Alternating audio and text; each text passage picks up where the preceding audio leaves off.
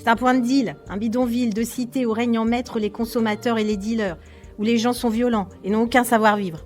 Excédé et apeuré, c'est l'état d'esprit d'une poignée de locataires de l'ancien motel savinien, transformé en copropriété d'une centaine de logements en 2017. Ils dénoncent des incivilités et de la violence quotidienne, comme Madeleine qui y vit depuis 2019 et qui a rencontré il y a quelques jours une journaliste de l'Est Éclair. C'est drogue et violence à tous les étages pratiquement. On a des gens qui s'attaquent très nombreux dans les coursives et ils laissent les poubelles, le linge et toutes sortes d'autres choses. Et lorsqu'on sort ou qu'on se plaint, ce sont des menaces de mort, des insultes, des agressions physiques. J'ai déjà porté plainte plusieurs fois. La femme de 59 ans assure ne plus sortir de chez elle sans une bombe lacrymogène.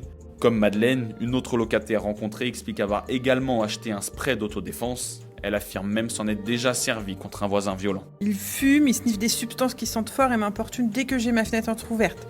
Il est sorti comme une furie pour se plaindre de l'odeur de citron des huiles essentielles et pour me brutaliser. Je lui ai mis un coup de bombe, je me suis enfermée chez moi et j'ai appelé la police.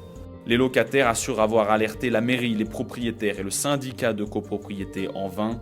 La résidence est placée sous administration judiciaire depuis le 31 octobre dernier.